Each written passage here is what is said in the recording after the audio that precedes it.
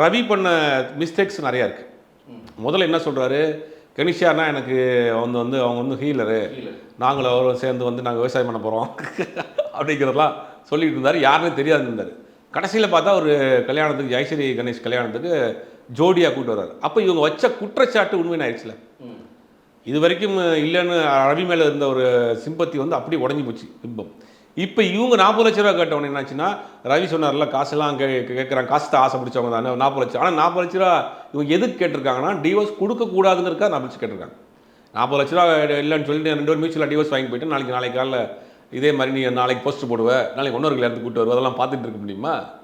காதலிச்சு கல்யாணம் பண்ணி இத்தனை வருஷம் வாழ்ந்துட்டு 2 குழந்தைய பெற்றுட்டு நான் லண்டனில் படித்தேன், என்னுடைய எல்லா கரியரையும் விட்டுட்டு உனக்காக உட்காந்துருந்தேன், நீ வந்து உனக்கு வேணாம்னா ஒன்னொருக்கு பொண்ணோட போயிருவியா அப்படிங்கிற இதில் அவங்க பாயிண்ட் ஆஃப் வியூவில் பண்ணுறாங்க. அதுதான் 40 லட்ச ரூபா கேட்டதோட அர்த்தம். 40 லட்ச ரூபா கொடுக்க மாட்டாருன்னு இவங்களுக்கும் தெரியும், 40 லட்ச ரூபா கேட்டால் சர்ச்சையாகும்னு அதுவும் தெரியும்.